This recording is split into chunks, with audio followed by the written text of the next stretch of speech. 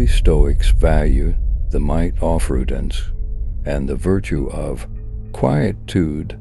They grasped that nodal thoughts or feelings ought to divulge to the masses.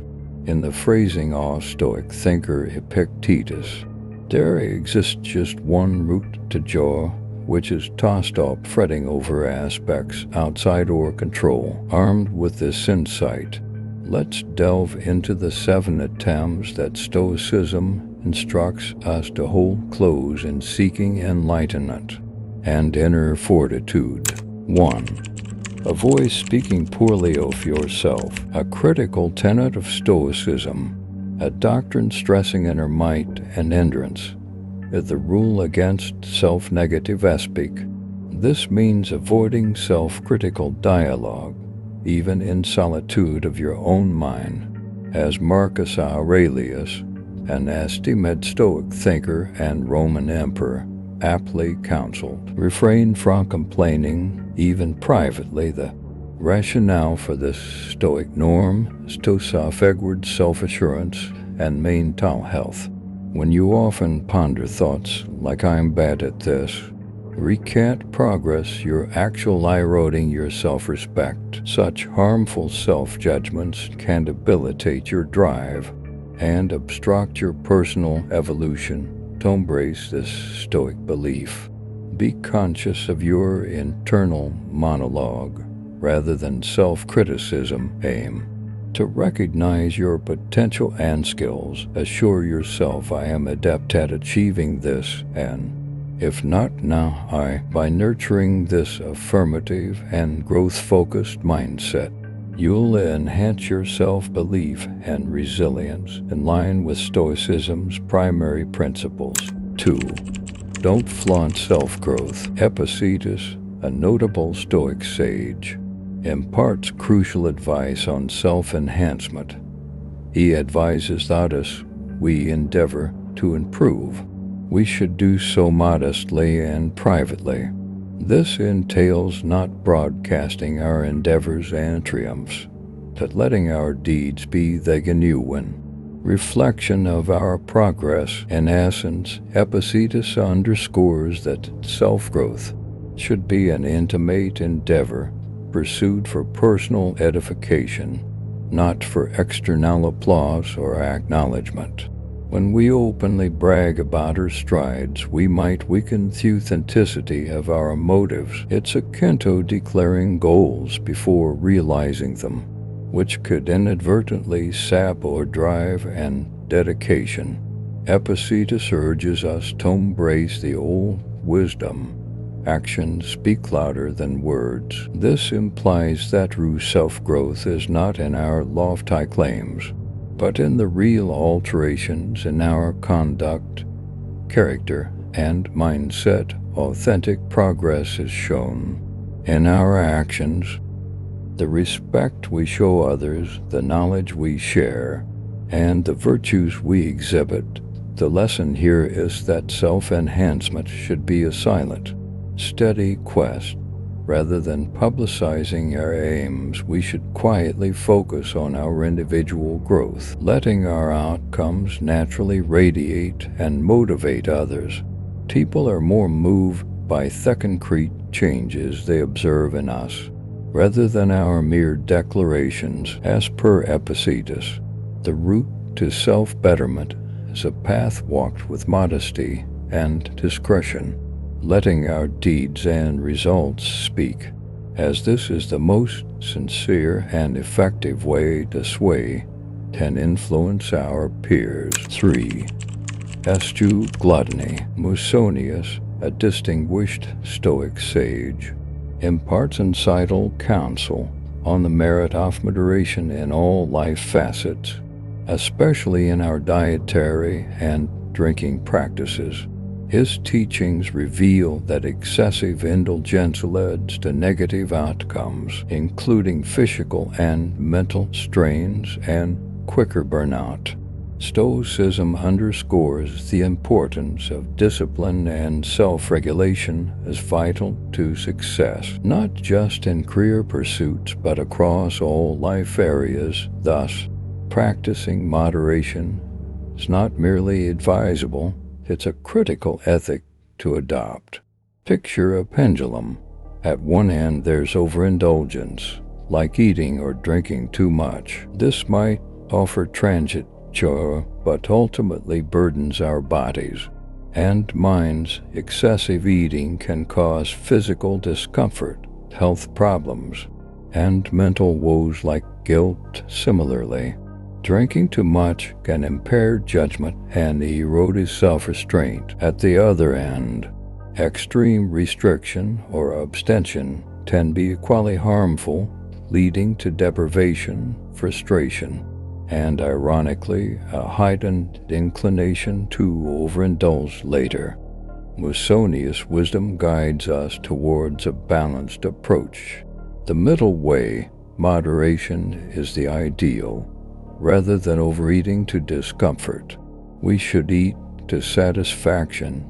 Instead of excessive drinking, we should consume beverages in a manner that enriches, not detracts from our lives. Stoicism, as depicted by Musonius, presents moderation not just as a dietary virtue, but a universal tenet, applicable to all life aspects.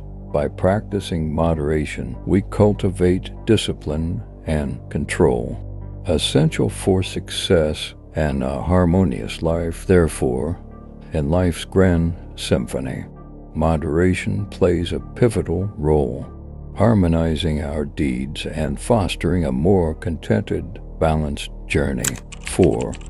Refrain from over-talking. Zeno, an ancient sage and Stoicism's founder, shared timeless wisdom that still echoes in today's fast-paced, verbose society.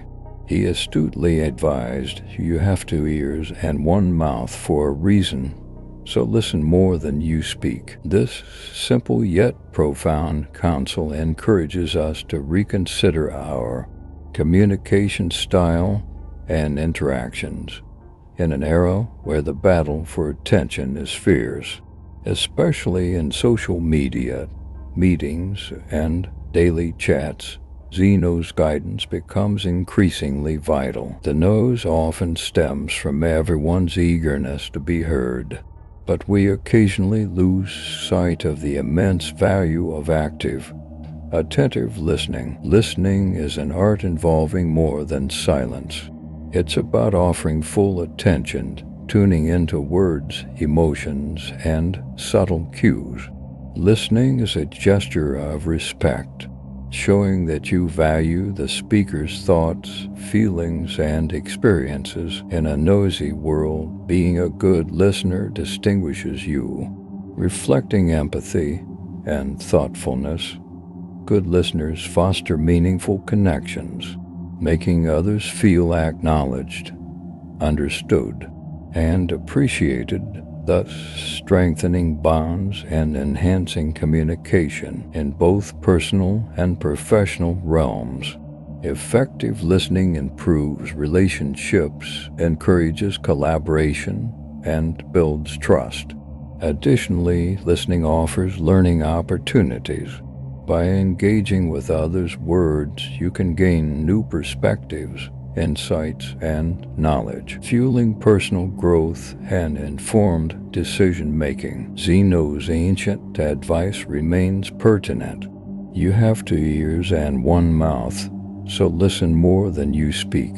In a world often dominated by self-expression, being a proficient listener represents mindfulness, respect, and wisdom. So in your next conversation, remember the power of listening. It not only deepens your connections with others, but also paves the way for personal and professional development. 5. Don't fixate on the future. Stoicism, a profound philosophy, teaches the importance of not obsessing over the future. Stoic luminaries like Epictetus remind us that life harbors uncontrollable elements. Fretting over future events, past occurrences, or others' thoughts and actions breeds unnecessary stress and discontent. Epictetus, a significant Stoic figure, taught that true happiness springs from relinquishing our fixation on uncontrollable factors. He famously stated, "The only way to happiness is to stop worrying about things beyond our will." This Stoic insight conveys several key points. Acknowledge your control's limits. Understanding that you can't govern every aspect of life is crucial. External circumstances, others' behaviors, and future uncertainties are often out of your hands. Prioritize the present. Stoicism encourages focusing on the now. Your current actions and decisions are what shape your future. Concentrating on the present empowers you to positively influence what's to come. Select your responses. The Stoics emphasize managing your reactions and attitudes.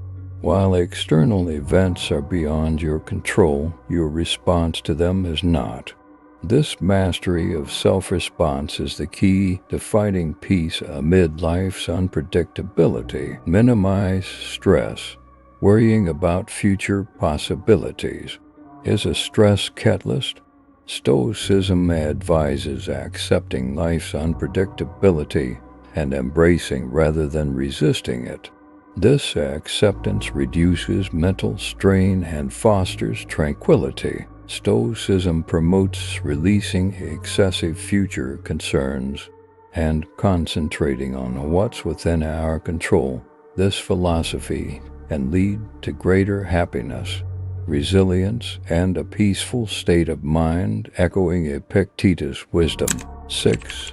Avoid ingratitude. A pivotal element in our interactions is how we express gratitude or, conversely, ingratitude. It's vital to never imply a lack of appreciation, as life itself is an extraordinary gift deserving gratitude for every moment given. Epictetus, an ancient philosopher, astutely observed, "The wise person does not grieve for what they don't have but rejoices in what they do."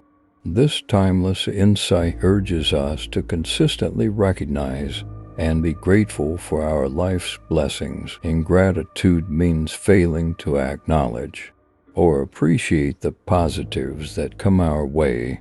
It can appear in various forms, from ignoring others' kindness to taking everyday comforts for granted. Practicing gratitude involves recognizing the positive elements in our lives and the efforts of those who contribute to our well-being. When we show ingratitude, we risk estranging ourselves from those around us, potentially leading to misunderstandings, hurt feelings, and a tense social environment. In contrast, expressing gratitude nurtures positive relationships and cultivates an atmosphere where people feel valued and appreciated. Therefore, in your interactions, always bear in mind the significance of being thankful. Develop a practice of expressing gratitude for kindnesses received, opportunities presented, and blessings encountered. By doing so, you not only foster positive relationships, but also enrich your own life by acknowledging the beauty and goodness that exist around you. 7. Shun complaining for a happier existence. Complaining is a habit many unknowingly cultivate, often used as a means to express frustrations or gain sympathy.